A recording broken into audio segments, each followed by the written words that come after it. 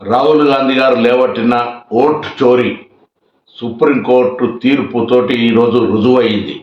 65 లక్షలు తొలగించిన ఓట్లను వెబ్సైట్లో పెట్టాలని, వాటిని తీయడానికి కారణం చెప్పాలని, నూతన ఓటరు నమోదు చేస్తే ఆధార్ కార్డు తప్పనిసరి చేయాలని, అసలు ఓటరు నమోదు విధానాన్ని ఏ విధంగా చేస్తున్నారనేటువంటి 4 ప్రధాన ప్రశ్నలతోటి ఈరోజు సుప్రీంకోర్టు కేంద్ర ప్రభుత్వాన్ని ఎన్నికల కమిషన్ ఆదేశించింది.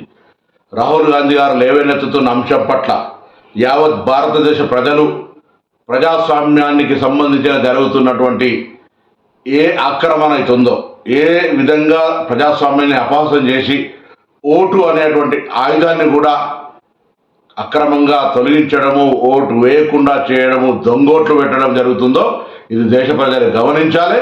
ఎన్నికల కమిషన్ ఆధార్ కార్డుతో లింక్ చేసి ఒక ఓటు ఒక మనిషి అనే విధానాన్ని తీసుకురావాలని సందర్భంగా రాహుల్ గాంధీ గారు చెప్పిన డిమాండ్ ప్రకారంగా ఎన్నికల కమిషన్పై డిమాండ్ చేస్తా ఉన్నాం.